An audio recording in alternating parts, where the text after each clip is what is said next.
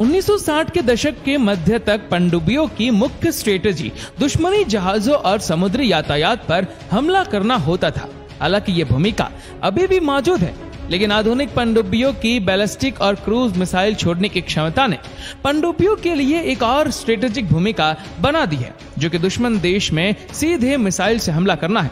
इस वीडियो में हम देखेंगे कि आज के जमाने की आधुनिक पनडुब्बियां काम कैसे करती है। आखिर पनडुब्बियां में ऐसा क्या होता है जिससे उसको पानी की गहराई में भी कुछ नहीं होता।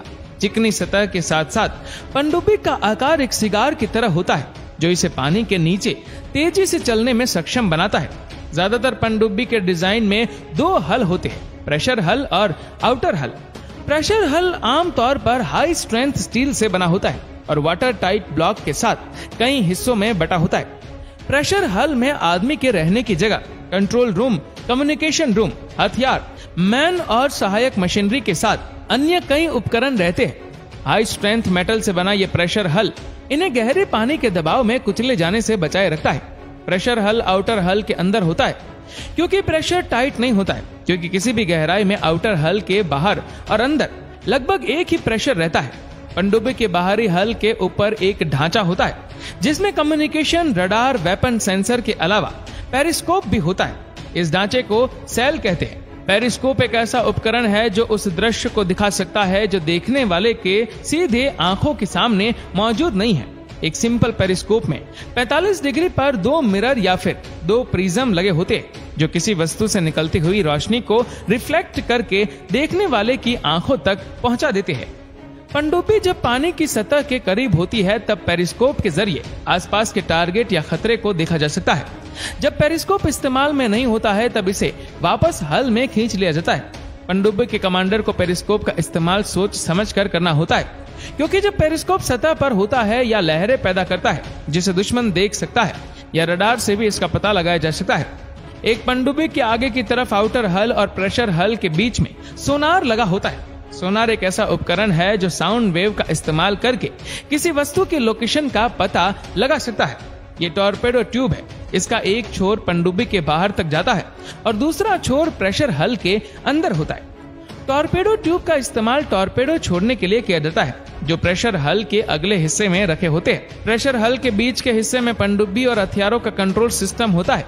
पनडुब्बी के सभी सिस्टम यहीं से संचालित होते हैं। इस कंपार्टमेंट में सभी navigational control system, weapon firing system, machinery control और मॉनिटरिंग पैनल, डाइविंग और surfacing system, steering control system सभी मौजूद होते हैं।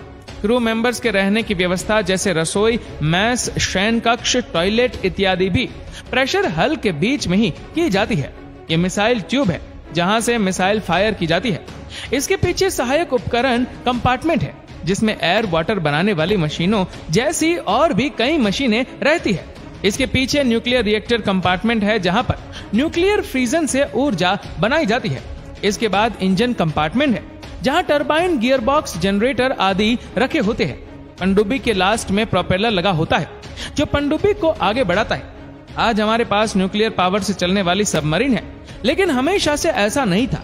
इसके पीछे इंजीनियर और साइंटिस्ट की बहुत मेहनत लगी है। न्यूक्लियर पावर पनडुब्बी में न्यूक्लियर पावर से चलने वाला प्रोपेंशन सिस्टम इस्तेमाल किया जाता है। डीजल इंजन से चलने वाली पनडुब्बी में एक बार ईंधन भरने के बाद ये केवल 14,000 नॉटिकल माइल्स यानी कि लगभग 26,000 किलोमीटर की यात्रा कर सकती है। इसके बाद इसे रीफ्यूलिंग की जरूरत पड़ती है, जबकि न्यूक्लियर ऊर्जा से चलने वाली पनडुब्बी में पहली ही बार में इसमें इतना यूरेनियम भर दिया जाता है कि इसे 30 वर्षों से भी ज्यादा समय तक बिना रिफ्यूलिंग के चलाया जा सकता है। इसलिए न्यूक्लियर पनडुब्बी का एक बड़ा फायदा ये भी है कि रिफ्यूलिंग की वजह से कभी इसे वापस बेस पर नहीं आना पड़ता। आमतौर पर न्यूक्लियर पनडुब्बी में प्रेशराइज्ड वाटर रिएक्टर (PWR) का इस्तेमाल किया जाता है। चलिए अब हम देखते हैं कि ये प्रेशराइज्ड वाटर रिएक्टर काम कैसे करते हैं। ये रिएक्टर वेसल है जिसमें फ्यूल असेंबली ट्यूब्स रखी होती है। यहाँ पर फ्यूल प्राकृतिक रूप से पाए जाने वाला यूरेनियम होता है। यूरेनियम एक रेडियो एक्टिव केमिकल एलिमेंट है जो पृथ्वी की ऊपरी परत क्रस्ट में चांदी की तुलना में 40 गुना अधिक और सोने की तुलना में 500 गुना अधिक सामान्य है। ये लगभग हर जगह चट्टान, मिट्टी, नदियों और महासागरों में पाया जा सकता है। यूरेनियम को प्रोसेस करके छोटे छोटे सिरेमिक पैलेट्स के रूप में बना दिया जाता है और फिर इन पैलेट्स को मेटल ट्यूब में सील कर दिया जाता है। इसके बाद इन मेटल ट्यूब को वेल्ड करके बंडल बना दिया जाता है, जिसे फ्यूल असेंबली कहते हैं। आमतौर पर 200 ट्यूब्स को वेल्ड करके एक फ्यूल असेंबली बनती है। ऊर्जा बनना तब शुरू होती है जब इन रोड्स में न्यूक्लियर फ्यूजन की प्रक्रिया शुरू हो जाती है। जब एक न्यूट्रॉन यूरेनियम 235 एटम के न्यूक्लियर से टकराता है, तब यूरेनियम एटम 2 हल्के एटम्स में विभाजित हो जाता है। इस प्रक्रिया में बहुत सारी एनर्जी निकलती है और साथ ही साथ 2 या 3 अतिरिक्त न्यूट्रॉन्स निकलते हैं। ये अतिरिक्त न्यूट्रॉन दूसरे यूरेनियम एटम से टकराते हैं और इस प्रकार चेन रिएक्शन चलता रहता है, जिसके कारण फ्यूल के अंदर बहुत ज्यादा गर्मी पैदा होती है। रिएक्टर ट्यूब के चारों तरफ हाई प्रेशर पानी भरा होता है, जो इन ट्यूब की गर्मी को एब्जॉर्ब कर लेता है और बहुत ज्यादा गर्म हो जाता है।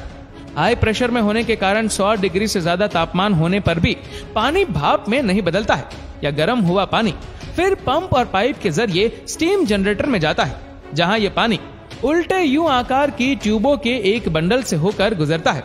स्टीम जनरेटर में यू ट्यूब के बाहर एक दूसरा पानी मौजूद होता है। ये पानी नॉर्मल प्रेशर पर होता है और यू ट्यूब के अंदर फ्लो हो रहे पानी में से गर्मी एब्जॉर्ब करके उबलने लगता है, जिसके कारण स्टीम पैदा होती है। यू ट्यूब के अंदर का पानी ठंडा होकर वापस रिएक्टर में चला जाता है। ज्यादा स्टीम पैदा करने के लिए एक से ज्यादा स्टीम जनरेटर लगे होते हैं और लगातार स्टीम बनती रहती है।